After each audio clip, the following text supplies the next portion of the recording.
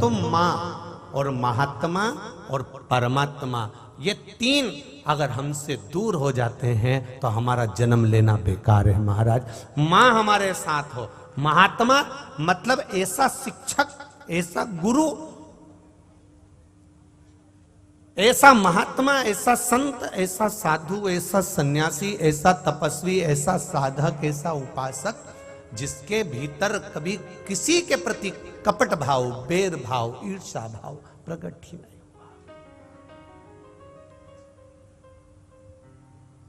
महात्मा का सबसे बड़ा लक्षण है महाराज, भीतर से किसी के प्रति बैर भाव नहीं।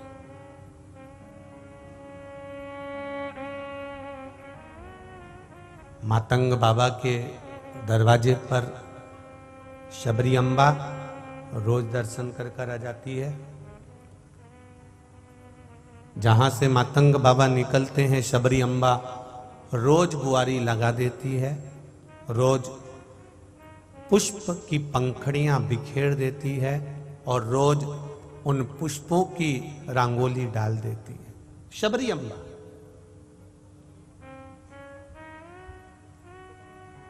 कई लोगों ने पूछा शबरी से कि तो गुरुजी के लिए रंगोली डालती है, गुरुजी के लिए बुआरी काटती है, रोज रंगोली डालती है, रोज फूल की सेज बिछाती है गुरुजी के लिए। तो शबरी अम्बा ने कहा कि गुरु अगर ये मार्ग सुलभ कर देंगे, अगर गुरु इस मार्ग से निकल जाएंगे तो ये निश्चित है एक दिन मेरा राम भी इसी मार्ग से निकल कर जाएगा, मेरा राम भी इसी मार्ग से निकल कर जाए।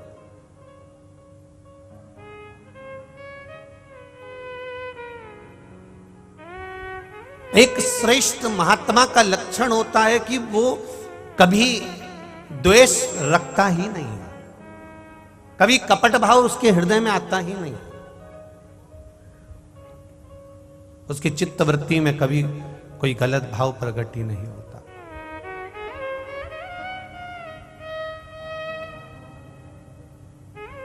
और तीसरे नंबर पर है परमात्मा। बचपन में मां का होना जरूरी है, जवानी अधेड़ी में महात्मा का होना, शिक्षक का होना, गुरु का होना, संत का होना हमारी जीवन में जरूरी है। और मृत्यु के समय पर परमात्मा का होना हमारे जीवन में बहुत जरूरी। हम तीन से वंचित हो रहे हैं। हमें दुनिया के शब्द अच्छे लगते हैं पर अपनी माता के शब्द अच्छे नहीं लगते।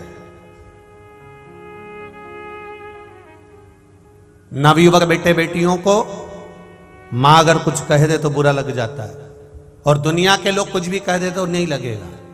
मां ने अगर एक गाली दे दी बच्चे को बुरा लग जाएगा, और दोस्त गाड़ी चलाते हुए बाइक पर चलते चलते 4-6 गाड़ी भग दी है, उसे कोई फर्क नहीं पड़ता।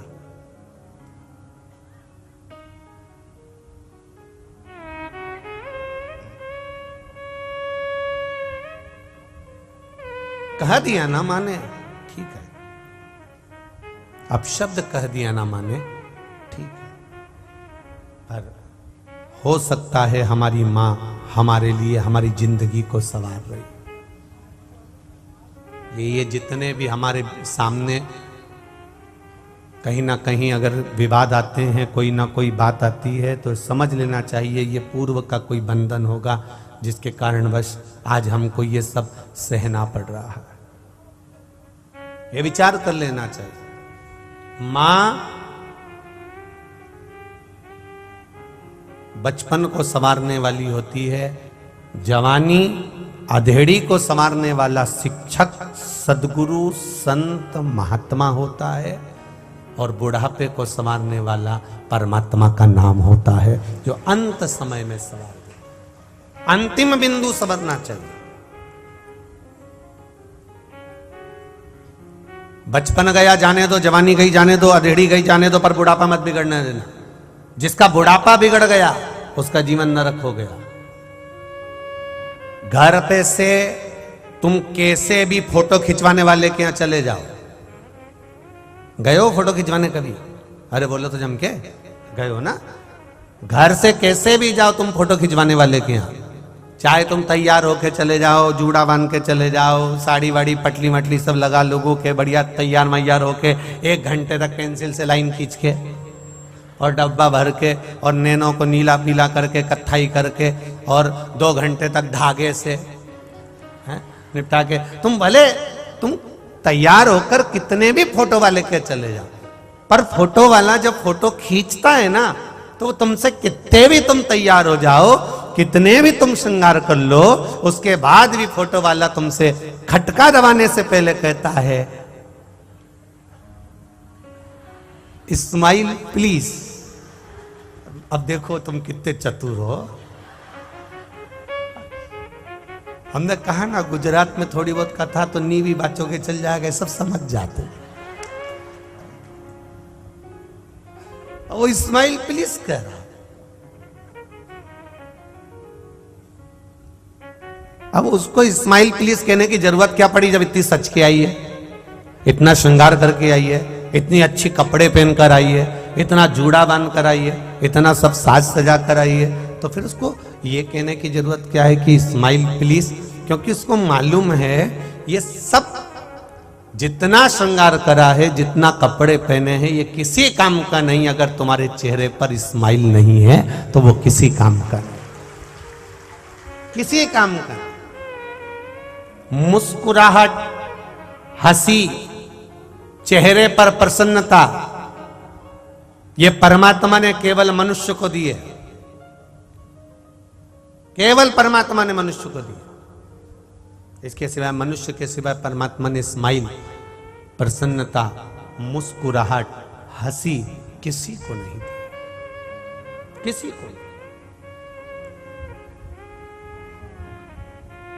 और जितने प्रसन्न हो सकते हो, जितनी प्रसन्नता का जीवन तुम जी सकते हो, जितने आनंद का जीवन तुम जी सकते हो, जितने आनंद से तुम अपने जीवन को जी सकते हो, उतने जी, उतने जी। महाराज, तेरी कृपा बिना न हिले एक भी अणु, लेते हैं श्वास तेरी कृपा से तनो तनो। बखान क्या करूं मैं राखों के ढेर का, चपटी बबोध में है खजाना कुबेर का। हे गंगाधार मुक्तिदार ओमकार तू, भोले ओमकार तू, आयो शरण तिहारी शंभो कार तार तो। ये उसकी कृपा से मिली। आपके चेहरे की प्रसन्नता, आपके चेहरे की स्माइल, ये उस परमात्मा ने केवल मनुष्य को दी, केवल मनुष्य।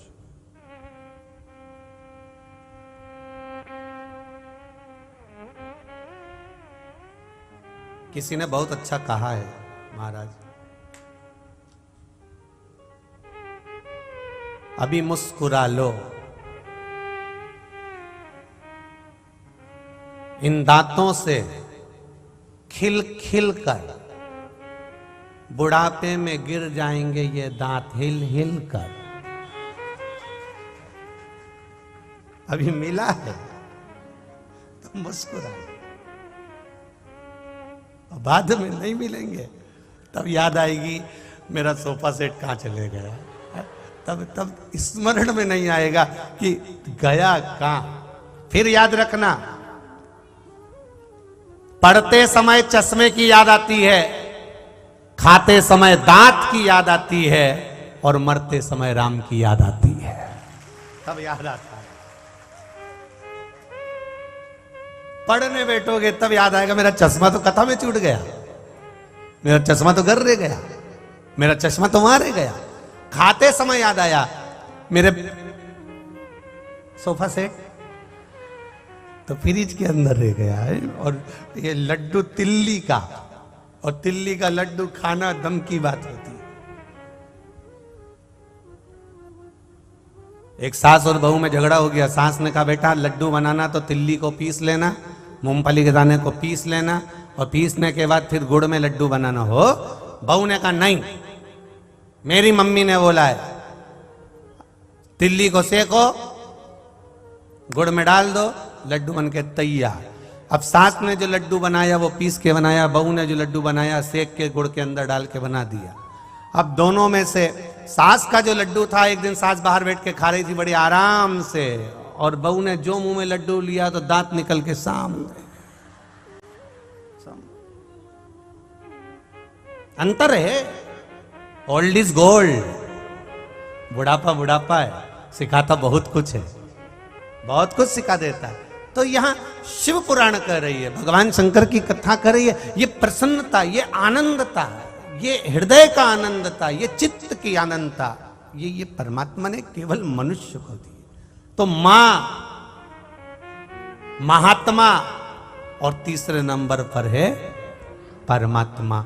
ये तीन का साथ अगर हमारे जीवन में मिला हुआ है तो हमारा मनुष्य का जीवन लेना सार्थक हो गया, हमारा जीवन सार्थक हो गया। मां बचपन को संवारेगी, महात्मा शिक्षक सदगुरु हमारे जवानी और अधेड़ी को संवारेंगे, और परमात्मा अंत बिंदु को, अंत समय को संवार लेता है। फोटो वाला कपड़े को देखकर फोटो नहीं खींचता, तुम्हारे चेहरे को देखकर फोटो नहीं खींचता, फोटो वाला बटन दबाता है। बस इतना जरूर कहता है स्माइल प्लीज। क्यों कहता है कि तुम थोड़ा सा मुस्कुरा दोगे तो ये फोटो अच्छा आ जाएगा, अच्छा आ जाएगा तो तुम दूसरे को दिखा सकते हो। और मालूम पड़े उसने कहा स्माइल प्लीज और तुम एकदम धापो की बाई की तरह बैठ गए या गुस्से में लाल होकर बैठ गए, फोटो बिगड़ गया। फोटो बिगड़ गया, तुम किसी को नहीं दिखा पाओगे। उसी तरह जैसे फोटो वाला बस बटन दबा रहा है, एक क्षण लगती है बटन दबाने में, कितनी देर, एक क्षण बटन दबी, फोटो खिंच गया। उसी तरह मरने में भी बस बटन दबेगी, उतनी देर में बस ये बटन कई खेल है कि फोटो वाला कहेगा स्माइल प्लीज, तुम मुस्कुराए, बटन दबी, फोटो खिंच गया, फोटो खिंच गया, अच्छा आया, सबको दिखाया। और मरते समय वो परमात्मा भी कहेगा, जिस महात्मा की शरणागति में तुम बैठे हो, जिस माँ के पास में तुम बैठे हो, उसने तुम्हें सिखा दिया कि मरते समय राम कह लेना, कृष्ण कह लेना, शिव कह लेना, भगवान का नाम ले लेना। क्यों? वो बटन दबाने वाला फोटो खींचने के लिए तैयार होगा, पलंग पर पड़े होगे, वेंटिलेटर पर पड़े होगे, आईसीयू में पड़े होगे, या कहीं किसी भी तरह से तुम्हारे प्राण छूट रहे होंगे, अंतिम बिंदु चल रहा होगा, कैमरा लेकर मेरा महादेव खड़ा होगा, बटन दबाएगा, उस समय पर बस तुम्हें स्माइल देना है। स्माइल से मतलब है राम कहना है, कृष्ण कहना है, शिव कहना है, और अपना फोटो सुधार लेना है, मतलब अपना जन्म सुधार लेना है। फिर वापिस जन्म नहीं होगा, पुनरपि जननम पुनरपि मरणम के प्रपंच से हम छूट जाएंगे। फिर केवल हमारा कोई जन्म नहीं, फिर हम परमात्मा की शरणागति में पहुंच जाएंगे। सुधारो अपने आप।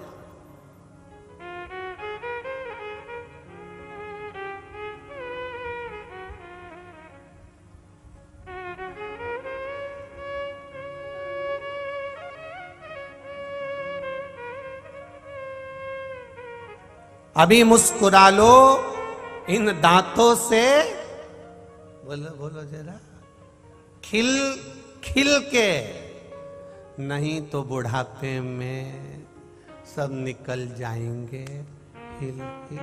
बचा क्या, सब तरह सब।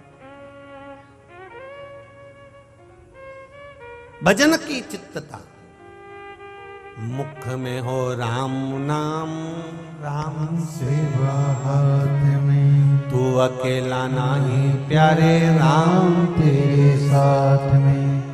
किया अभिमान तो फिर मान नहीं पाएगा, होगा वही प्यारे जो मेरे राम जी को भाएगा। फल आशा त्याग शुभ काम करते रही। जाई विधि राखे राम ताहि विधि रही। नाता एक राम जी से। तू सुन लो कंजरी वालों, नाता एक राम जी से, दूजा नाता छोड़ दे। और रिश्ता एक भोलेनाथ से, दूजा रिश्ता जोड़ ले। साधु संगे राम रंग अंग अंग सही। और जाई विधि विधि राखे राम ताहि विधि रही। महाराज भजन चित्त को आनंद।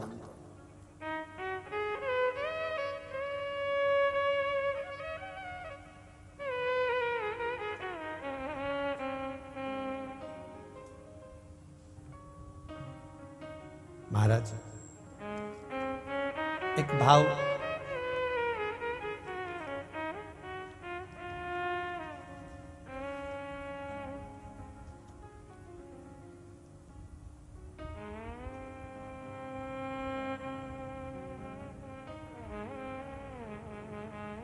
परमात्मा का जब तक दर्शन ना हो,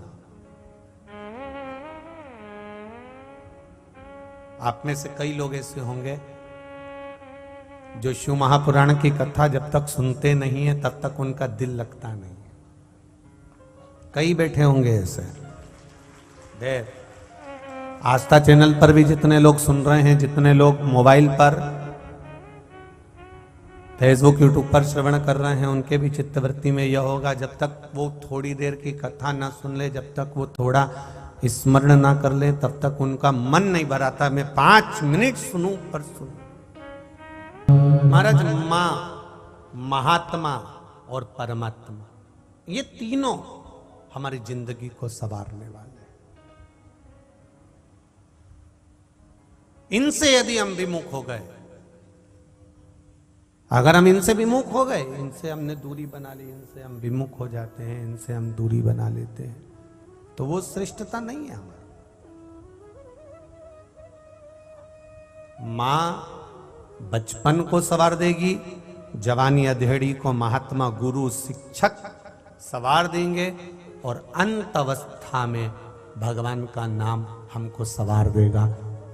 फिर जन्म मरण के प्रपंच से दूर छुटा देगा।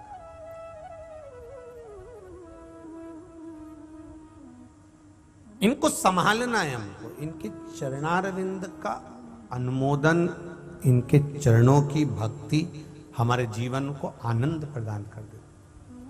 शिव महापुराण की कथा में अपन श्रवण करे थे, कल चरित्र चल रहा था कश्मीर प्रदेश के देवव्रत नाम के ब्राह्मण की बेटी का।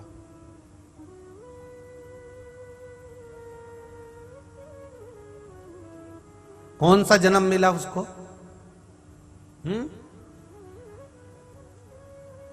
स्वान, एक कुतिया का जन्म मिला उसको। कितना दुखी होगा वो पिता, जो भस्म मस्तक पर लगाकर, चंदन मस्तक पर लगाकर और अपनी बेटी को देख रहा है कि मेरी बेटी का जीवन क्या गया।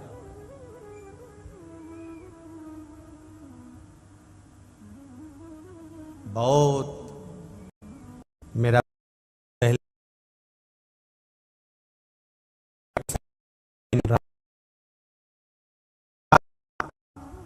तुमको पढ़ाते हैं, लिखाते हैं, बाहर भेजते हैं, विद्या अध्ययन कराते हैं, अच्छा रखते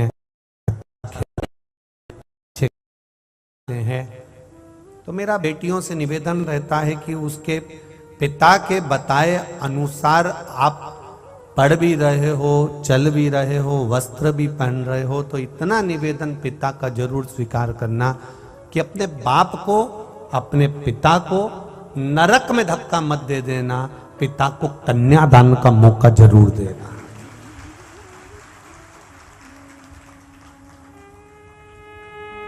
अपने पिता को कन्यादान का मौका दो। देवव्रत ब्राह्मण की कथा कह रही है कि बेटी गलत जगह चली गई।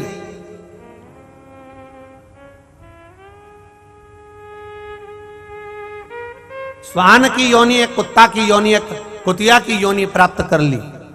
और जरा विचार करिए कितना भयंकर स्वरूप है। एक पांव टूटा हुआ है, एक कान कटा हुआ है, एक आंख फूटी हुई है, और शरीर भी पूरा उसका जो था, पूरा शरीर में से उसके जो एक आध बार तो कभी जिंदगी में तुमने भी ऐसा कुत्ता तो देखा ही होगा। देखा है कि नहीं देखा है? तो उसके शरीर से पूरे बाल झड़ गए, कहीं कहीं उसको छींटा छींटा पड़ गया, पूरे बाल झड़ गए। विचार करिएगा जरा, सोचिए कितना भयंकर स्वरूप उसका। बाप का मन नहीं दुखेगा, पिता का मन नहीं दुखेगा, पिता का हृदय नहीं रोएगा, पिता का मन नहीं रोएगा। बेटी के लिए कितना सोचता है पिता। कन्यादान की पूरी तैयारी कर लेता है, बेटी का जन्म होता है तो थोड़ा पैसा जोड़ना चालू कर देता है, रखना चालू कर देता है, साड़ियां रखता है, रकम बनवाता है, सामान रखवाता है, पूरा सामान जोड़ जोड़ के पिता रखता है, संभाल के।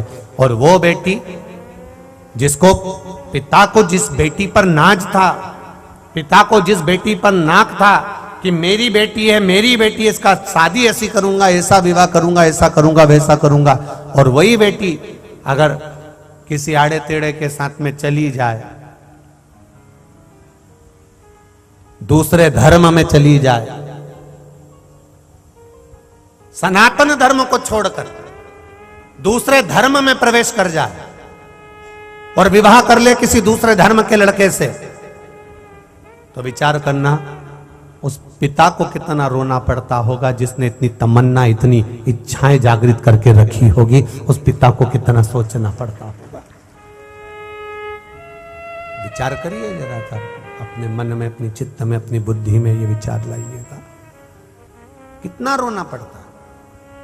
देवव्रत ने तो केवल देखा है बेटी का जीवन कि मेरी बेटी कुतिया की योनि पा गई, श्वान की योनि पा गई, उसका शरीर ऐसा हो गया, उसका पांव टूट गया, उसकी आंख चली गई, उसका कान कट गया, और उसका पूरा शरीर बेकार होकर पड़ा हुआ नाली के पास पड़ी हुई है। वो बेटी को देखा तो कितना दुख हुआ, कितना दुख। जिस बेटी को गोदी में पाला पोसा बड़ा करा, अच्छे एजुकेशन दी, अच्छा कॉलेज दिया, अच्छा स्कूल दिया, अच्छी ट्यूशन, अच्छी कोचिंग दी, अच्छे कपड़े दिए, अच्छा वैभव दिया, और वो बेटी किसी ऐसे वैसे के साथ में, कहीं गाड़ी सुधारने वाले के साथ में, कहीं किसी के साथ में, कहीं किसी दूसरे धर्म में चली जाए, जो कभी किसी गंदे भोजन को हाथ नहीं लगाती थी, उसको वो गंदा भोजन बनाना पड़ जाए।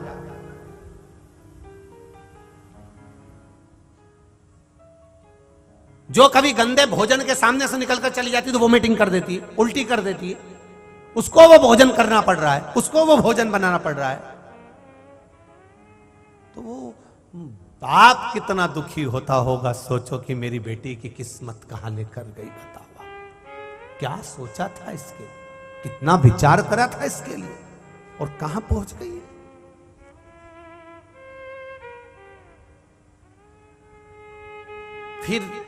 फिर से कहूंगा एक बात, फिर ध्यान देना।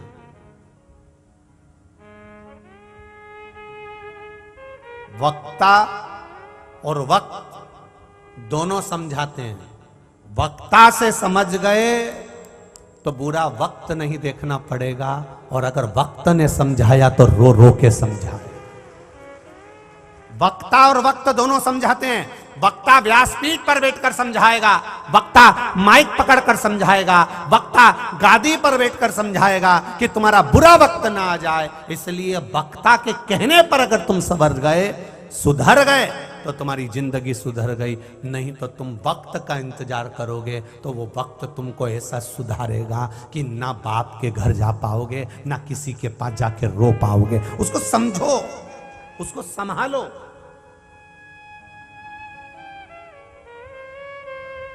विचार करिए जरा अपने विचारों उसका।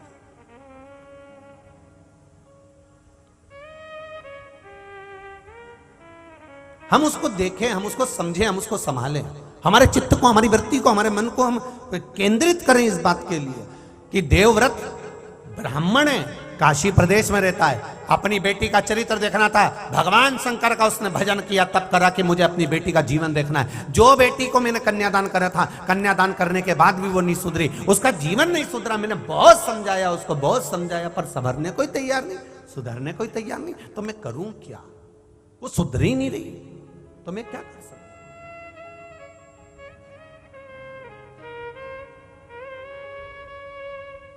अब जैसे ही भस्म लगाया, चंदन लगाया और देख लिया कि मेरी बेटी को कुतिया का जन्म मिला है, स्वान का जन्म, और वो स्वान भी ठीक नहीं,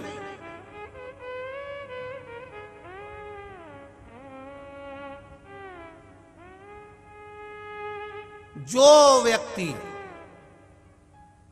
पाप कर्म में डूबा रहता है, डूबा रहता है, डूबा रहता है, बहुत पाप करे, वो पाप करने वाले से भी निवेदन है कि भगवान से एक प्रार्थना जरूर करना। और आप भी सुन लो रे कंजरी वालों जरा अच्छे से, और हालोल वालों, और जितनी मेरी जीजी होन बैठी और जितने मेरे जीजा होन बैठे, सब अच्छे से समझ लेंगे। भगवान से कहना, पाप कर्म करा, झूठ बोला, कपट करा, बेईमानी करी, छल करा, प्रपंच करा, सब कुछ करा हमने जिंदगी में, हमने करा, पर भगवान से कहना मैं पाती हूं, मैंने पाप करा है, पर इतना निवेदन मेरा स्वीकार करना, अगर मुझे कुत्ता का भी जन्म दे तो किसी ऐसी वैसी जगह मत देना, मुझे गोवर्धन नाथ जी के चरणों में ब्रजमंडल में कुत्ता बनाकर भेज देना।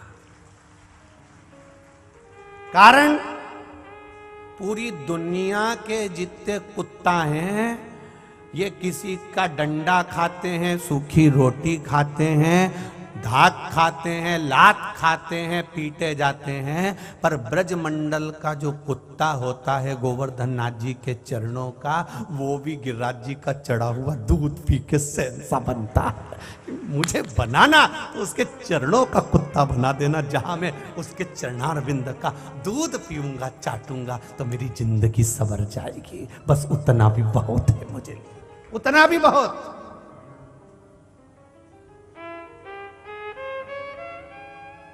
बहुत विरोध करते हैं दुनिया के लोग, यहां तो संत महात्मा बैठे हैं, मेरा ज्यादा बोलना उचित नहीं है, क्योंकि महात्मा हैं, उनकी वाणी बड़ी प्रबल होती है। कल भी अपन ने एक महात्मा जी की वाणी सुनी, बड़ी जोरदार थी, तो इनके सम्मुख में कुछ कहूं, पर हमारा शास्त्र कहता है, कई लोग विरोध करते हैं, कई लोग विरोध करते हैं, शंकर जी पे दूध चढ़ाना उत्तम नहीं है, दही चढ़ा दिया, शहद चढ़ा दिया, पंचामृत चढ़ा दिया, ये चढ़ा दिया, वो चढ़ा दिया, शिव जी को ये चढ़ा दिया, वो बहकर नाली में जा रहा है, वो बहकर गटर में जा रहा है, वो बहकर उधर जा रहा है।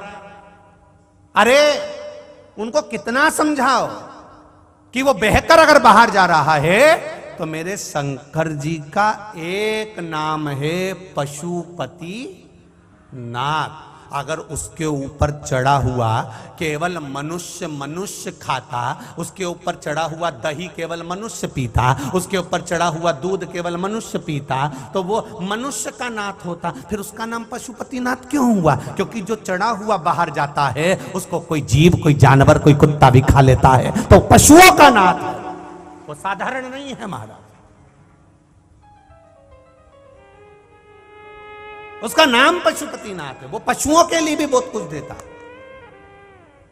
एक जरा सा उसने डमरू बजाया और 33 कोटि देवताओं को पशु बना दिया, और खुद उसका नाथ बनकर बैठ जाता है वो पशुपतिनाथ। कोई साधारण नहीं हो सकता वो। शंभु शरण मांगू घड़ी रे घड़ी दुख काटू, दया करी दर्शन आपो। महाराज वो साधारण नहीं है, उसका नाम पशुपतिनाथ। अच्छा ज्ञान देने वाले बहुत मिलेंगे तुमको। कभी तुम शॉपिंग मॉल में शॉपिंग कर रहे हो, कभी किसी ने पूछा तुमसे काहे के लिए शॉपिंग कर रहे हो? अरे बोलो तो रही जीजी हो, कभी कोई ने बोला? कपड़े की दुकान पे कपड़ा खरीद रहा हो, किसी ने पूछा तुमसे इतना महंगा कपड़ा क्यों खरीद रही हो, ये कपड़े क्यों खरीद रही हो? कभी तुम घड़ी की दुकान पर खड़े हो, घड़ी ले रहे हो, तो मुझे किसी ने कहा घड़ी क्यों ले रही हो? कभी तुम चाउमीन खा रही हो, पानी पतासा खा रही हो, छम्मक लड्डू खा रही हो, ढोकला खा रही हो, कभी किसी ने पूछा तुमसे ये क्यों खा रही हो? बस केवल एक जगह ऐसी होती है, सनातन धर्म की जगह, भगवान का भजन, कीर्तन, दान, पुण्य, स्मरण, जहां पर लोग तुम्हें टोका करते हैं। सुंदरकांड में जाके क्या करोगे, राम मंदिर जाके क्या करोगे, शंकर मंदिर जाके क्या करोगे, शिव जी पे जल चढ़ा के क्या करोगे, धतूरा चढ़ा के क्या करोगे, क्या होता है उससे, क्या होता है उससे? और कपड़ा लेने से क्या होता है, सामग्री लेने से क्या होती है, फिल्म देखने से क्या होता है? दुनिया के लोग अगर आपको ज्ञान देंगे तो केवल सनातन धर्म के विरोध पर ही रहेंगे।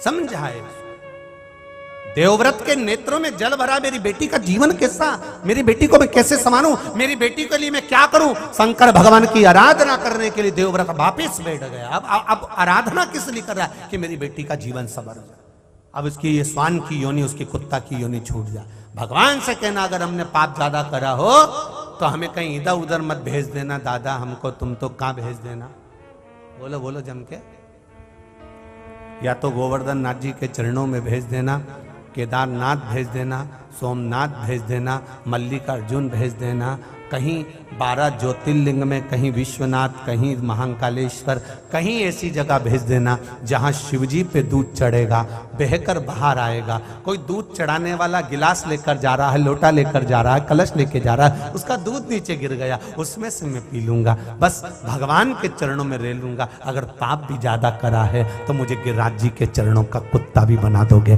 तो मेरा जीवन संवर जाएगा। बहुत उसके चरणों का दास भी बन गया तो मैं पढ़ा रहूंगा,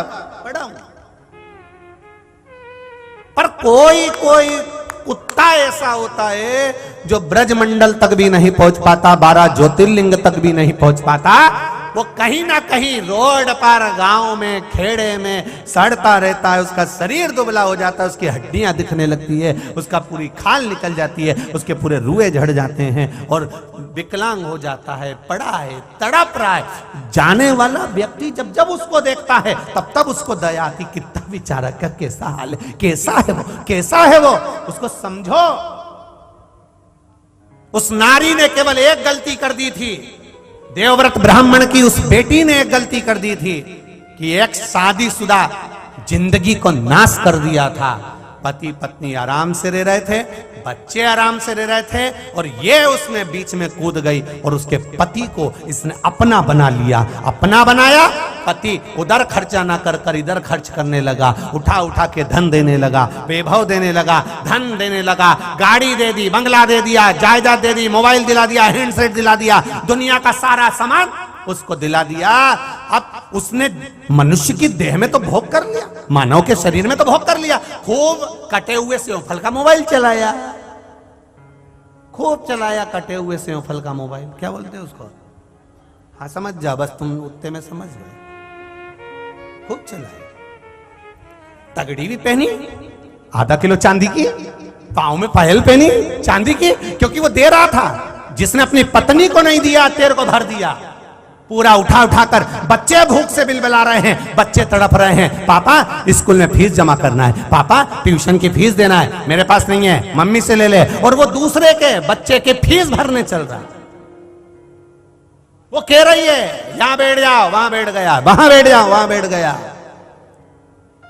समझ लेना, जो नारी और जो पुरुष ऐसी स्थिति में रहता है तो उसको समझ लेना चाहिए कि तेरा क्या होगा रे कालिया।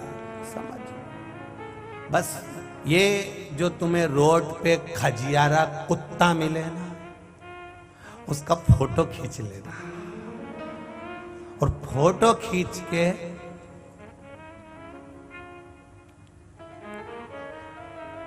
एक बार व्हाट्सएप पे वायरल कर देना और नीचे लिख देना तेरा क्या होगा रे कालिया। बस जिसने शिव पुराण सुनी होगी उसको ये, और मेरा निवेदन आपसे, ये कथा आपको थोड़ा ना थोड़ा, इस कथा को थोड़ी सी क्लिप काट कर जनमानस तक पहुंचना चाहिए। कई लोगों के घर बच जाएंगे, कई लोगों के घर सुधर जाएंगे। जनमानस तक पहुंचना चाहिए। क्या होगा तेरा? ये कुत्ते का जन्म, कुत्ता भी बनता तो अच्छा बनता।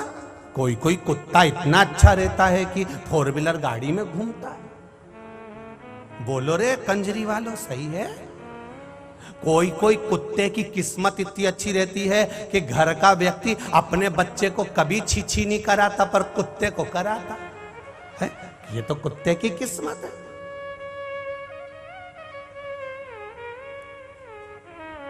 ये तो उसकी किस्मत। कोई कोई कुत्ता रोटी के साथ साथ ऐसा डब्बा आता है कुत्ते को खिलाने का, 700 रुपए का, 800 रुपए का, 900 रुपए का, और बिस्कुट भी आता है। कोई कोई कुत्ता इतना वीआईपी रहता है उसको वो मसाला भी मिलता है अलग से, चटनी, कितना वीआईपी। और कोई कोई कुत्ता ऐसा रहता है नाली के किनारे रोड पर, शरीर से खाल निकल गई, दुबरा हो गया, पूंछ के भी बाल सब चले गए, ऐसा दुबरा पतरा, पांव टूट रहा है, शरीर बेकार। तो इसको पहचान के इसका फोटो खींच के फिर भेज देना कि जो अपनी पत्नी को और जो अपने पति को धोखा देता है उसका यही हाल होता है।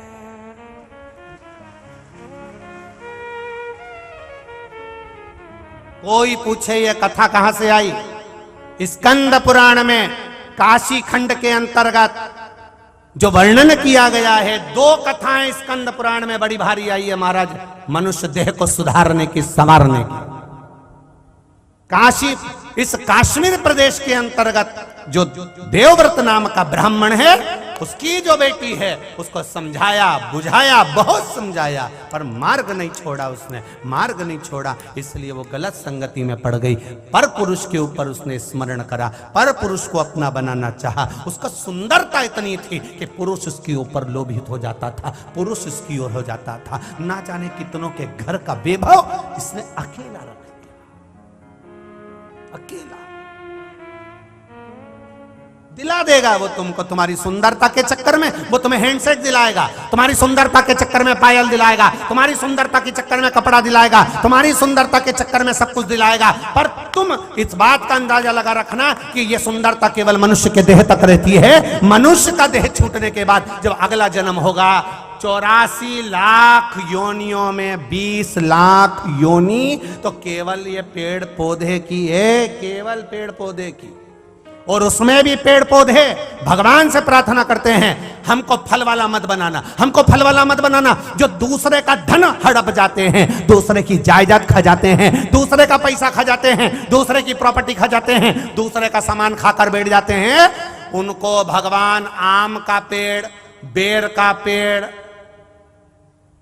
कबीट का पेड़, फल वाला पेड़ बना देते हैं। क्यों बनाते हैं? कई लोगों को बड़ी प्रसन्नता होती है, आम का पेड़ कितना सुंदर, बेर का पेड़ कितना सुंदर, भगवान उसको फल वाला पेड़ बनाते हैं। क्यों बनाते हैं? क्योंकि तूने दूसरे का खाया है, इसलिए अब पत्थर खा और आम तोड़ने वाला उठा धर के। जो आम के पेड़ पे चढ़ा, केरी को तोड़ने के लिए पत्तों को नोच रहा है, डालियों को नोच रहा है, बेर तोड़ रहा है, उसको कष्ट पर कष्ट हो रहा है, रो रहा है, बिलख रहा है। 20 लाख योनि, 84 लाख योनि में 20 लाख योनि तो वृक्ष की है। भगवान से प्रार्थना करता रहता है, आम का पेड़, बेर का पेड़, फल वाला पेड़, नारियल का पेड़, ये सब भगवान से प्रार्थना करते। हमको बनाना था तो दूबा बना देते, घास बना देते, साधारण बना देते। लोग हमें पत्थर तो नहीं मारते, लोग हम पर चढ़ते तो नहीं, हमको नोचते तो नहीं, हमको खींचते तो नहीं। प्रभु कृपा कर दो, दयालु करुणा कर दीजिए, कृपा कर दीजिए। भगवान नहीं करता।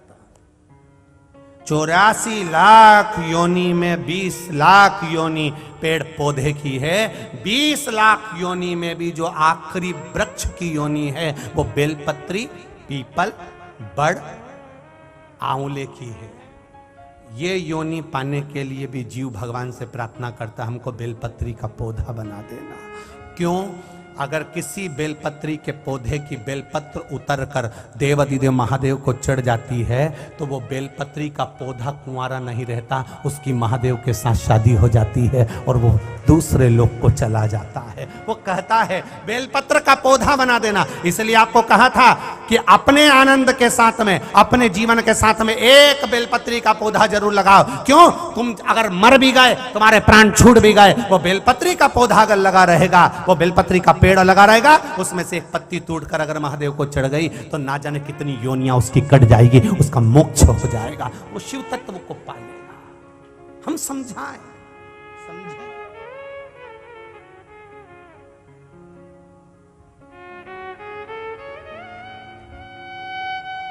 मत बुरा कर्म कर बंदे, वरना पछताएगा। भगवान की आंखों से तू बच नहीं पाएगा, तू बच नहीं पाएगा। अरे ओ अज्ञानी मत कर नादानी। क्यों? विचार करो, हमारे इस योनि में, हमारे इस जीवन में कितनी विचित्रता है। थोड़ा वो कहते ना, शिव के सिवा कहीं दिल ना लगाना, शिव के सिवा कहीं दिल ना लगाना।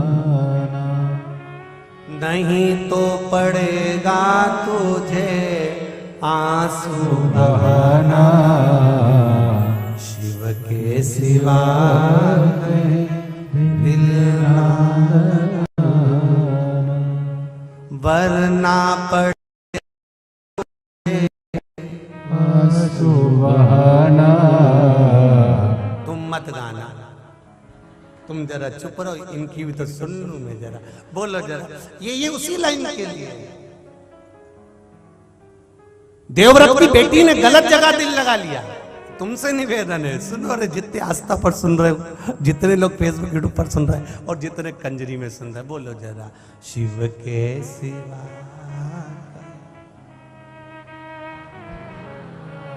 थोड़ा वॉल्यूम बढ़ाओ।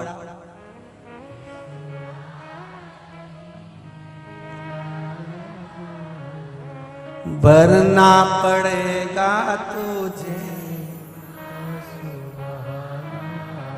वरना पड़ेगा तुझे आंसू बहाना, शिव के सिवा कहीं दिल ना लगाना, प्रभु के सिवा कहीं दिल ना लगाना।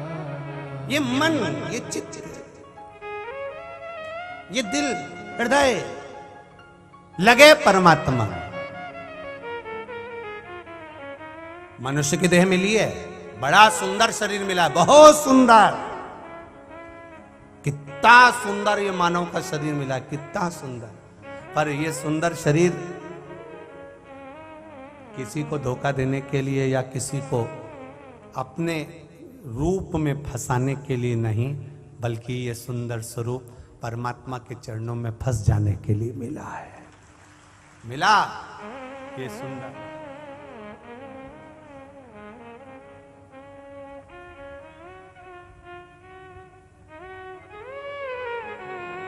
कितनी सुंदर माँ यमुना, कितना सुंदर उसका भाव। श्रीमद् वल्लभाचार्य जी वर्णन करते हैं, नमामि यमुनाम हम सकल सिद्धि है तुम मुदा मुरारी पद पंकज स्पुंद मंद उत्कंठ। कितना सुंदर है, कितनी सुंदर।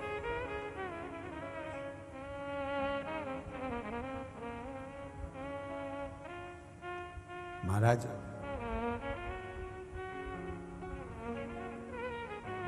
यहां तक दुनिया के लोग कहते हैं सुंदरता आपकी ही नहीं, मेरे परमात्मा की भी सुंदरता सुंदरता।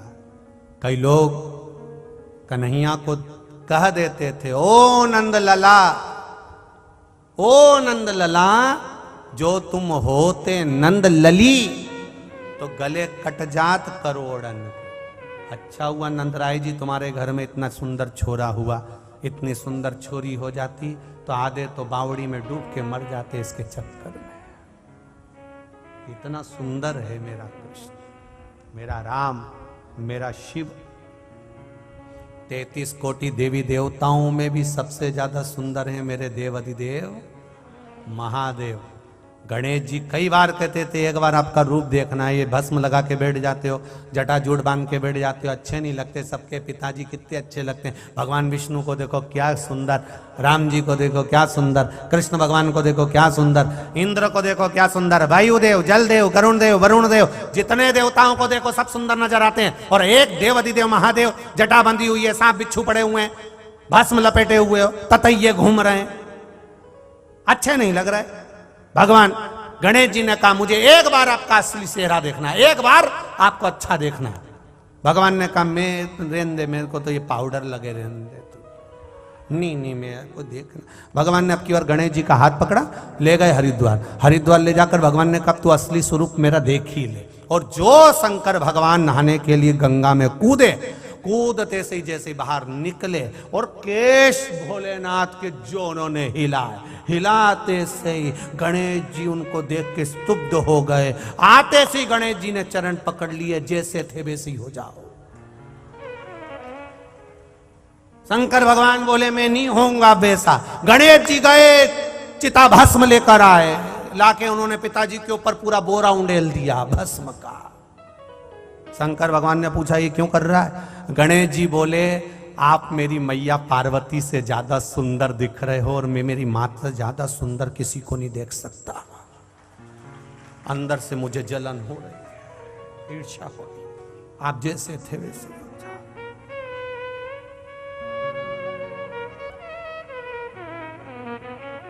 जाओ।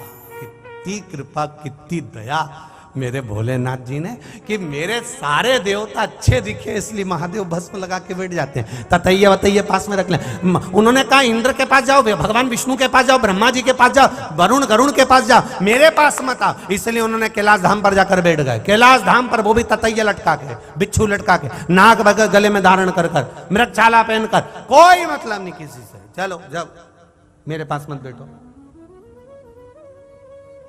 आज भी राम मंदिर में बैठने की जगह होती है, कृष्ण मंदिर में बैठने की जगह होती है, देवी के मंदिर में बैठने की जगह होती है, सारे देवताओं के मंदिर में बैठने की जगह होती है, पर शंकर जी के गर्भगृह में बैठने की जगह नहीं होती। क्यों? लोग इतना पानी ढोल के जाते हैं कि साड़ी भी बचा के चलना पड़ता है। महादेव कहते हैं मेरे पास बैठ के टाइम बर्बाद मत करो, अपने घर जाओ। चलो यहां से बस लोटा चढ़ाओ और अपने घर जाओ। तो किसी ने पूछा महादेव जी आपके पास में समय क्यों नहीं है? महादेव बोले मैं खुद राम नाम जपता रहता हूँ, कृष्ण नाम जपता रहता हूँ, तुम भी जपो, अपने घर जाओ। टाइम काय को बर्बाद करते हो? पूरे दिन भर में 24 घंटे में एक लोटा जल लेकर, बस ज्यादा समय नहीं लगता। एक लोटा जल चढ़ाने में लगता है क्या? अरे बोलो तो जम के, नहीं लगता। एक लोटा जल चढ़ाने में कोई समय नहीं। लोटा भर के अपने घर से ले गए, हर महादेव, और लोटा लगाया, वापिस झेला, चल दिए पुनः। और बचा कुचा था, कोई नहीं देखे तो 3-4 बेलपत्री उठा लोटे के अंदर रख के और ले गए। और नहीं तो फिर वैसे तो आज के समय में शंकर जी के मंदिर में बेलपत्री मिलना बहुत कठिन काम। पहले के समय में जैसे कोई अच्छा व्यक्ति ढूंढना कठिन था, वैसे शंकर जी के मंदिर में बेलपत्री ढूंढना कठिन काम हो गया, बहुत कठिन। जो जाता है, एक कोई चढ़ा के जाता है, दूसरा पहले उठा के धर लेता, दूसरा चढ़ा के गया, तीसरा पहले उठा के धर लेता। कितनी खुशी होती होगी, कितना प्रसन्नता होती होगी। जिन शिव मंदिरों में लोगों के जाले नहीं निकलते थे, उसमें कुत्ते बैठे रहते थे, धूल पड़ी रहती थी, आज उस शिव मंदिर में लोग जल चढ़ाने के लिए लाइन लगाएं, इससे बढ़कर कोई सौभाग्य नहीं, उससे बढ़कर कोई खुशी नहीं। ना कोई ढोंगे, ना कोई प्रपंच, ना बेल है, ना भभूति, केवल शंकर भगवान के नाम का गुणगान है, शिव का स्मरण है, केवल शिव तक, और कुछ भी नहीं। कर सेवा तू लगन लगाकर, मन में सच्चा भाव जगाकर, ही की आंखें खोलो रे अब वल्लभ के। महाराज नेत्र की खुल जाए, रो रहा है। बेटी की जिंदगी कैसे संवरे, जो बेटी इतनी गलत दशा में पहुंच गई, उस बेटी का जीवन कैसे संवारा जाए। विचार करा क्या करा जाए। शिव की आराधना में वापिस डूब गया, वापिस देवव्रत फिर डूब गया।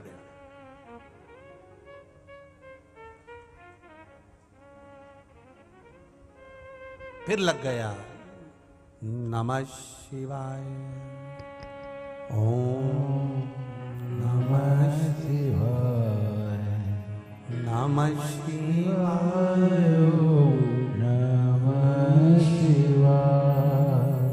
पहले बोल रहा है पंचाक्षर मंत्र, फिर पीछे से बोल रहा है षडाक्षर मंत्र। क्या बोला, फिर से बोल के बताओ।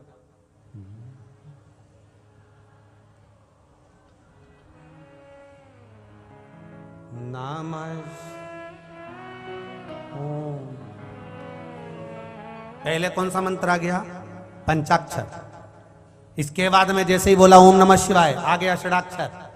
फिर इसके पीछे आ गया, वापिस बोलो एक बार, फिर से बोलो नमः ओम नमः शिवाय, नमः शिवाय, नमः शिवाय। महाराज जैसे माताएं मंगलसूत्र पहनती है तो 4 काला दाना है या 2 काला दाना है, उसके बाद में एक सोने का, फिर 2 काला, फिर एक सोने का, फिर 2 काला, फिर एक सोने का। किसी ने पूछा ये मंगलसूत्र में काला दाना क्यों होता है, लाल दाना क्यों होता है, सोने ही सोना क्यों नहीं होता? तो कहा महाराज ये काला दाना पति को बुरी नजर से बचा कर रखता है और मेरा बना कर रखता है। बुरी नजर से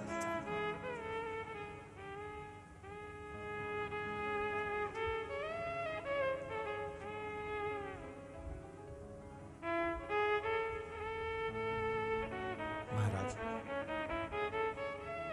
इसलिए पंचाक्षर, षडाक्षर, द्वादशाक्षर, 2.5 अक्षर का, 2 अक्षर का, इन मंत्रों का अपना एक आनंद है महाराज जी। कैसे जपना है, कैसे धारण करना है, कैसे उसका गुणगान करना है, ये हमारे ऊपर होता है। नमः शिवाय,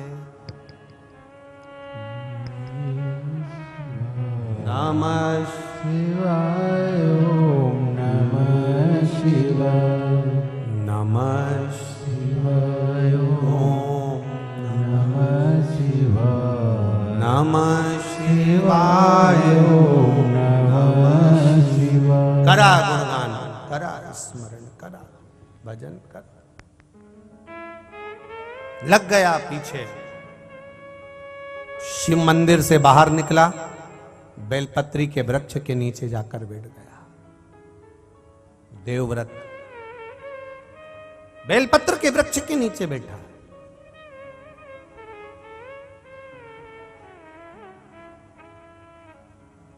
कंजरी में जपा हुआ मंत्र जाप, फिर तीर्थ में जाकर जपा हुआ मंत्र जाप, फिर नदी के तट पर जपा हुआ मंत्र जाप, फिर वन में जपा हुआ मंत्र जाप, फिर किसी वृक्ष के नीचे बैठकर जपा हुआ मंत्र जाप। बहुत अंतर है इनमें, ध्यान दीजिएगा थोड़ा। सभी लोग आस्था चैनल पर कथा सुन रहे हैं, घर घर में कथा चल रही है, प्रत्येक घर में कथा चल रही है, करोड़ों लोग कथा को सुन रहे हैं। आप घर में कथा सुन रहे हो, मना नहीं है, घर में किया गया भजन। कई लोग कहते हैं गुरुजी पशुपति व्रत क्या हम घर में कर सकते? मना नहीं है, पर दिक्कत केवल इतनी सी है कि वो दिया लगाने कहां जाओ। कौन से नंबर का दिया? बोलो बोलो जम के। 6ठे नंबर का जो दिया, 5 दिया तो तुम घर के अंदर लगा दोगे, पर वो 6ठा दिया दरवाजे पे लगाने कहां जाओगे? दिक्कत वहां आई है। इसलिए पशुपति व्रत मंदिर में जाकर किया जाता है। कोई भी व्यासपीठ से अगर बताया जाता है तो आप लोगों को कहा जाता है कि मंदिर में जाकर करो, मंदिर में पहुंचकर करो। मंदिर में जाकर करो क्यों? क्योंकि घर में जो शिवलिंग होता है उसकी आराधना, उसकी पूजन केवल आप अकेले करते हो या घर के लोग करते हैं, पर मंदिर में जो शिवलिंग रहता है उसकी आराधना कोई किस भाव से आ रहा है, कोई किस भाव से आ रहा है, उसकी आराधना वो उस भाव से करता है। इसलिए मंदिर के शिवलिंग का जो तपबल है, हमारे यहाँ कहते हैं कि मंदिर का शिवलिंग, फिर वन का शिवलिंग, नदी के तट का शिवलिंग, जैसे अभी आपको कहा कि भजन का बल कंजरी में कर रहे हो, फिर राम मंदिर के अंदर बैठकर कर रहे हो, फिर राम मंदिर के बाद में वन में कर रहे हो, वन के बाद में किसी नदी के तट पर कर रहे हो, नदी तालाब के तट के बाद में फिर किसी जंगल में कर रहे हो, जंगल के बाद में किसी वृक्ष के नीचे बैठकर कर रहे हो। उस तपबल का स्थान देखा जाता है कि तपबल किस जगह का। कभी कभी कथा के पहले में कहा था, आप लोगों ने ध्यान दिया होगा कि ड्राइवर की सीट पर जो जाकर बैठ जाता है, जाने वाले व्यक्ति को नहीं मालूम कि ये ड्राइवर नहीं है, पर कहता क्या है, क्यों ड्राइवर साहब गाड़ी कहां जाएगी। ड्राइवर तो भूल गया, गाड़ी मेरे को चलाना आती नहीं तो भी लोग मुझे ड्राइवर कह रहे हैं, मेरी गाड़ी नहीं है तो भी लोग मुझे ड्राइवर कह रहे हैं और मुझे पूछ रहे हैं। उसी तरह किसी संत की जगह पर, साधु की जगह पर, सन्यासी की जगह पर, तपस्वी की जगह पर, किसी वृक्ष के नीचे, किसी वन में जाकर, किसी नदी तालाब में बैठकर, किसी तीर्थ में बैठकर जब हम तप करते हैं, भजन करते हैं, साधना करते हैं, स्मरण करते हैं, तब उस स्थान का पुण्य हमारे खाते में आ जाता है और हमारा बल बढ़ जाता है, फिर उसका एक आनंद बढ़ जाता है, उसका एक सुख बढ़ जाता है।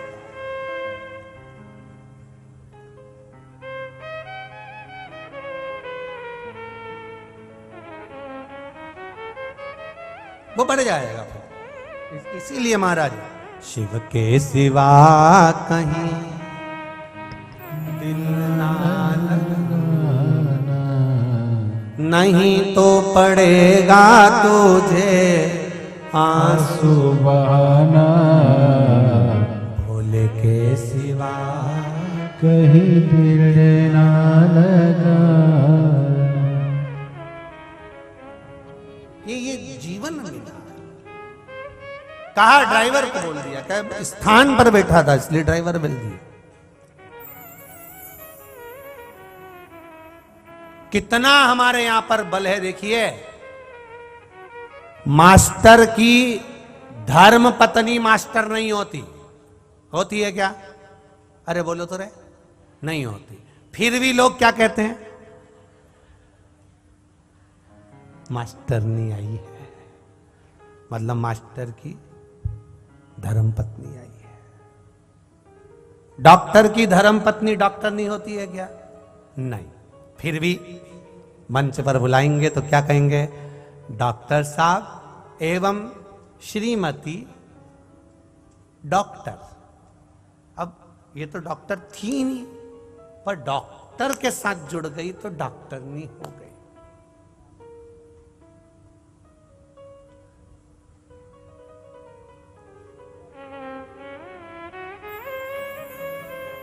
ये जुड़ने से बहुत फर्क पड़ता है। आप कहां जुड़े हुए हो इसका बहुत फर्क पड़ता है, बहुत।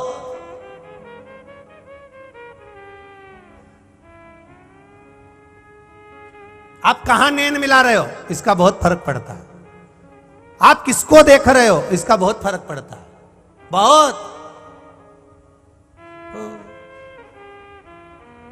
एक बार तुम मंदिर में जाकर भगवान को एक टकटकी लगाकर देखना, भगवान को एक टकटकी लगाकर देखते रहना, देखते रहो, देखते रहो, देखते रहो, देखते रहो, देखते रहो, बस उसी को देखते रहो।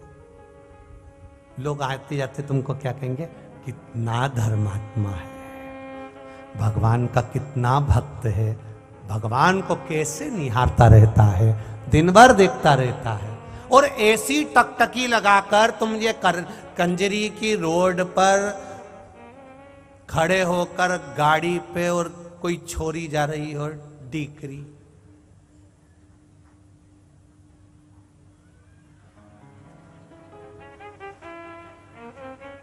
फिर क्या होगा? फिर होना जाना क्या है? कुछ नहीं होना है। पीछे जो गाड़ी वाला देख रहा होगा ना, गाड़ी खड़ी करेगा और चप्पल निकालेगा और जो धोना चालू करेगा ना, अब देखो कितना कितना अंतर आ गया। तुमने किसी को देखा तो उसने जूता उठा के धोया, उसने तुमको खूब मारा और गाली दी अपशब्द का। बताओ, छोरी को देख रहा है, गलत काम कर रहा है, आंख एक टकटकी लगाकर देख रहा है। अब यहां तुम्हें सम्मान नहीं मिला है, गला पकड़ रहा है, यहां तुम्हें सम्मान नहीं मिला है, और तुमने भगवान को देखा तो वहां सम्मान मिला कि नहीं मिला? कितना धर्मात्मा रोज आता है, राम जी से नैन मिलाता है, राम जी का दर्शन करता है, ठाकुर जी से नैन मिलाता है, ठाकुर जी का दर्शन करता है। कितना अंतर है स्थान का, कितना अंतर।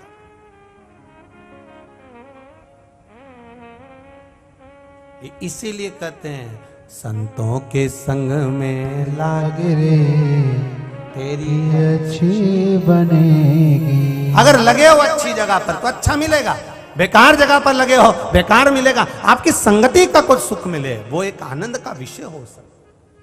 करो भजन भगवान का, करो कीर्तन भगवान का, करो मंत्र जाप भगवान। और जब उस मंत्र जाप में, उस कीर्तन में, उस स्मरण में हम भगवान की भक्ति में जब डूब जाएं तो उसका एक आनंद फिर प्राप्त हो जाता है, फिर मिल जाता है।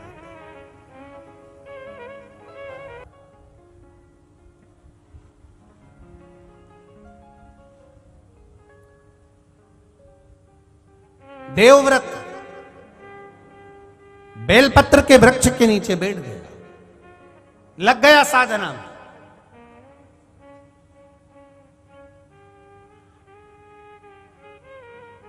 अब शिव भक्ति में लग तो गया, डूब तो गया, रम तो गया। फिर निवेदन करेंगे। पहले दिन की कथा याद है आप लोगों को? पहले दिन की कथा कारकोट सांप की याद है? किसी ने सुनी थी कि नहीं सुनी थी? कारकोट नाग सर्प कहां जाकर बैठा था? भगवान शंकर के शिवलिंग के सामने केवल जाकर बैठा है कारकोट सर्प। सारे सर्पों में बस यही सर्प ऐसा है कि डसता है तो व्यक्ति मरता नहीं है, पर शरीर पूरा सड़ जाता है, पूरा शरीर काला पड़ जाता है, बदबू आने लगती है, शरीर में से फफोड़े निकलने लगते हैं, जगह जगह से मांस उछलने लगता है और पीप रक्त मांस गिरने लगता है। कौन सा सांप है वो? कारकोट सांप। अब इसने विचार किया कि मैं जाके बैठ गया। अब क्या करा? क्या था इसने? केवल शिवलिंग के सामने बैठा था, केवल शिवलिंग के सामने, केवल शंकर के सामने।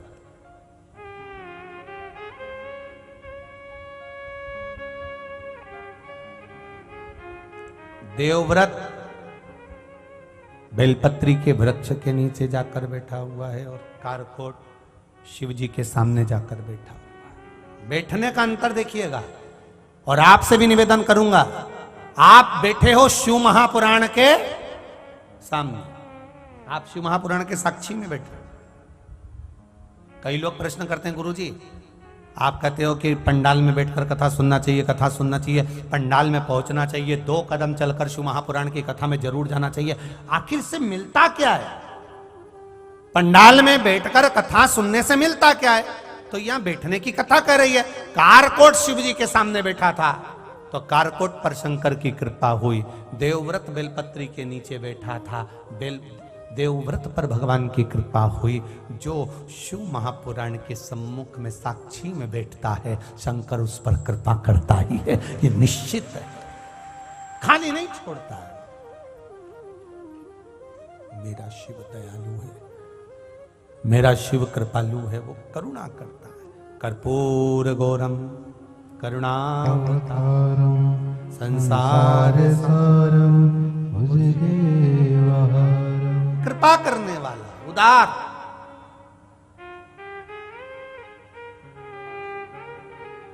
इसने नहीं मांगा देवव्रत ने कुछ भी, बेलपत्री के वृक्ष के नीचे बैठा है, कुछ नहीं मांग रहा।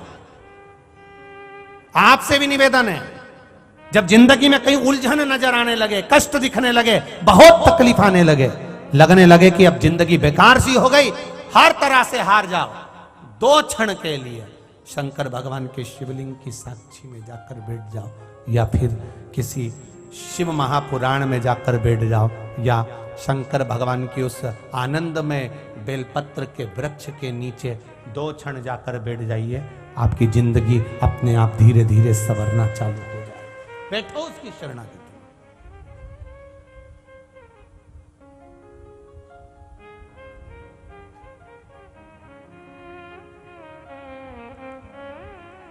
कहां बैठ रहे हो,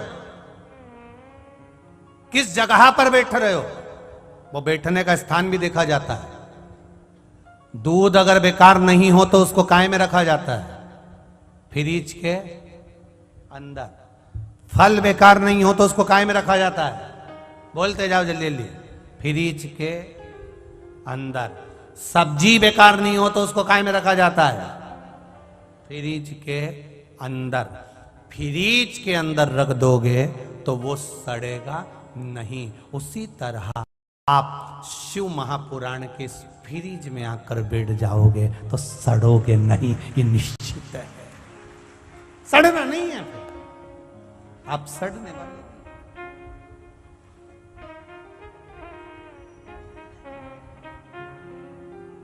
बैठो लगा।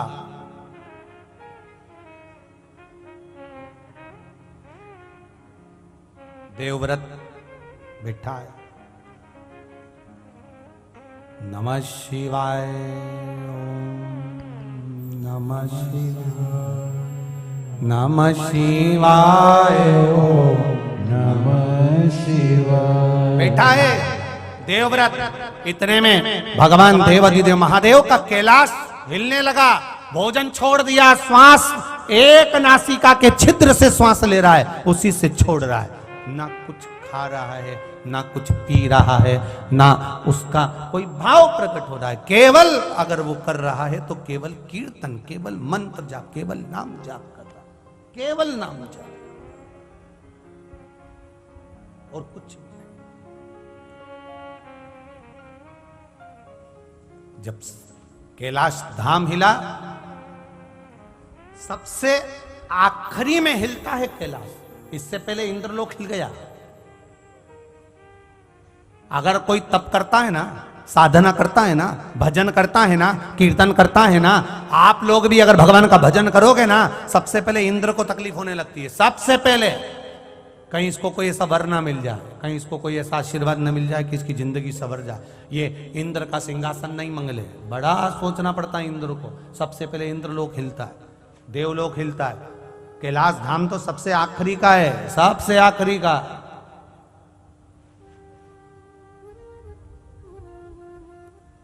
जब सब तरफ से देवताओं हिल गए, तब आखिरी में कैलाश धाम हिला। पार्वती जी ने देवाधिदेव महादेव की प्रार्थना करी, हे नाथ, हे करुणा सागर, हे करुणा करने वाले, मेरे विश्वनाथ शंभु, विश्व का भरण पोषण करने वाले, हे भोलेनाथ, आप नेत्र तो खोलो मेरे शंभु, नयन तो खोलिए, नेत्र तो खोलिए। शंभो, हे शिव स्वामी करुणा सागर, नेत्र खोलिए ना, नेत्र खोलिए।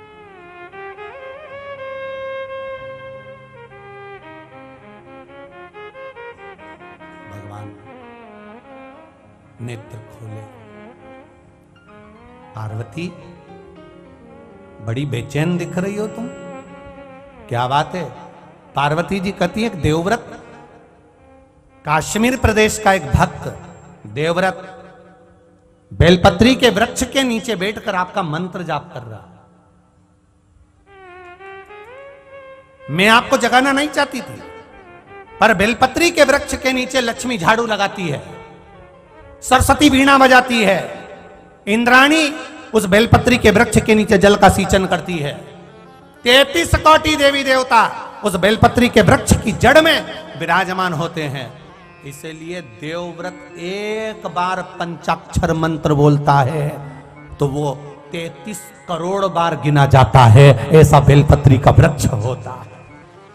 बेलपत्री के वृक्ष के नीचे एक बार अगर भगवान का नाम लिया जाता है तो वो 33 करोड़ बार, 33 कोटि बार गिना जाता है। एक मंत्र केवल नमः शिवाय, ओम नमः शिवाय, नमः शिवाय, ओम नमः शिवाय। 33 कोटि बार गिनाया, 33 कोटि। कितना सुंदर लिखा है। अगर आपने लिंग पुराण पढ़ी हो तो लिंग पुराण के अंदर, स्कंद पुराण के अंदर, नर्मदा पुराण के अंदर और शिव महापुराण के अंदर वर्णन मिलता है। विष्णु यज्ञ होता है, शिव यज्ञ होता है, रुद्र यज्ञ होता है, लक्ष्मी यज्ञ होता है, श्री राम नाम यज्ञ होता है, राम यज्ञ होता है, वसुदेव यज्ञ होता है, कृष्ण यज्ञ होता है, मानस यज्ञ होता है, धेनु यज्ञ होता है और अश्वमेध यज्ञ होता है, सर्वोत्तम यज्ञ होता है, सर्वतोमुखी यज्ञ होता है। कितने यज्ञ भारत की भूमि पर होते हैं, ढेर यज्ञ होते हैं। शिव महापुराण की कथा कहती है मंदिर में जाकर एक लोटा जल जब कोई व्यक्ति चढ़ाता है तो विश्व में जितने यज्ञ होते हैं वो सारे यज्ञ का पुण्य एक लोटा जल से प्राप्त हो जाता है। विश्व में जितने यज्ञ होते हैं उसका एक लोटा जल से उसका पुण्य प्राप्त हो जाता है। अब जरा विचार करिए, आप लोगों में से कितने लोग हैं जो जल चढ़ाते हैं? अब आपको रखिए याद, अश्वमेध यज्ञ, सोम यज्ञ, रुद्र यज्ञ, देव यज्ञ, इंद्र यज्ञ, जितने यज्ञ होते हैं भारत की भूमि पर, राम यज्ञ, कृष्ण यज्ञ, ये यज्ञ, वो यज्ञ, जितने यज्ञ भारत की भूमि पर होते हैं, जितने संत साधु सन्यासी तपस्वी साधक उपासक, जितने ब्राह्मण जन गुरु जन करवाते हैं, आपका एक लोटा जल जब आप शिव जी को समर्पित करते हो तो इतने यज्ञ आप प्रतिदिन के कर लेते हो, आपके खाते में वो यज्ञ का आनंद प्राप्त हो जाता है। शिव मंदिर तक जाना, शिव की चौखट पर जाना। शंकर भगवान का द्वारपाल, भगवान देवाधिदेव महादेव का द्वारपाल मणिभद्र, मेरे भोलेनाथ जी का द्वारपाल मणिभद्र का काम क्या है? मणिभद्र का काम क्या है? अवंती का नरेश, उज्जैन का राजा स्वयं जब संकट की घड़ी में गिर गया तब उसने कुछ नहीं करा, केवल दरवाजे की चौखट पर जाता था और उस चौखट का स्पर्श मात्र करता था और लौट कर जाता था। केवल स्पर्श, केवल छूना, और छुआ हो रहा है। क्या है ऐसा? हम फिर कहेंगे आप लोगों से, आप वैसे तो कंजरी वाले किस्मत वाले हैं, आज से इनका नाम कंजरी वाले नहीं किस्मत वाले कहना चाहिए। महाराज किस्मत वाले हो। पूरा विश्व इस शिव महापुराण की कथा को अपने गांव में, अपने नगर में करवाने के लिए ललायत है। महाराज जी आपका आशीर्वाद है, पूरा विश्व केवल इस शिव पुराण को अपने गांव, अपने नगर में कराने के लिए। पर 2019 में इस कथा को कोरोना काल के अंतर्गत बुक किया गया था कि ये कथा 2023 में इस तारीख में होगी। अब 19, 20, 21, 22, 4 साल के बाद में ये कथा का क्रम बाबा ने यहां पर लगाया। ये शिव की कृपा। बीच में कोई तारीख खाली नहीं थी, इसलिए वो तारीख ये मिली थी, ये प्राप्त हुई थी 3-4 साल पहले। ये कहीं शिव कृपा से प्राप्त हुआ। और अभी भी उत्तर प्रदेश में हमारी कोई कथा नहीं है, पर उत्तर प्रदेश में ये संतों ने, जैसे आदरणीय गुरु जी ने, परम पूज्य महंत श्री रामचंद्र दास जी महाराज जी यहाँ सीताराम सरकार की यहाँ खींच लाए, ऐसे ही वहाँ संतों ने 2 दिन के लिए फिर खींच लिया। ये नहीं है उत्तर प्रदेश में कथा, पर संत खींच कर लिया। ये संतों के लिए हम उत्तर प्रदेश के लोगों से कहेंगे, प्रयागराज के मेले में 2 दिन आप लोग आनंद लो। 2 दिन जो मिल रहा है, मिला है आपको त्रिवेणी शिव चर्चा, उसका 2 दिन आनंद। वहां आसपास के रहने वाले सब 2 दिन आओ खाक चौक में सतुआ बाबा की सेवा आश्रम ले काम, शाम को 4 से 7 करो त्रिवेणी पर चर्चा। मिला है। तो यहां शिव महापुराण की कथा कर रही है। ये हिल गया देवलोक, सिंहासन हिल गया देवाधिदेव महादेव का। इतनी जल्दी नहीं हिलता मेरे महादेव का सिंहासन। भगवान शंकर से प्रार्थना करिए, आप कृपा करो, आप करुणा करिए, आप कर्म करो, कृपा करिए। भगवान देवाधिदेव महादेव ने पूछा हुआ क्या, ये बताओ। बस वो तप कर रहा है, आसन हिल रहा है। आप जाइए, जिस बेलपत्री के वृक्ष के नीचे लक्ष्मी झाड़ू लगाती, सरस्वती बीणा बजाती, 33 कोटि देवता जहां विराजमान होते हैं, ये शिव तत्व कोई साधारण नहीं। सारे यज्ञों का पुण्य एक साथ मिल जाता है देवाधिदेव महादेव को एक लोटा जल चढ़ाने। सारी समस्या का हल बोल बम का नारा है, बाबा एक सहारा है। ये शिव है, ये शंकर है। चलिए, कहा शिव जी ने पार्वती से कहा, जाओ पार्वती, नंदी भृंगी श्रृंगी सबके साथ जाओ, देवव्रत के पास में जाकर कहिए तुम्हारी बेटी का उद्धार केवल एक ही चीज से हो सकता है। उसने पाप बहुत करा है, दूसरे के धन को खाया, दूसरे के सुहाग को उसने अपना बनाया, ये उसने दोष करा है। उसका निदान केवल एक है, 12 महीने शिवरात्रि आती है। कितने महीने? 12 महीने शिवरात्रि आती है। सुनो पार्वती, 12 महीने की शिवरात्रि पर जब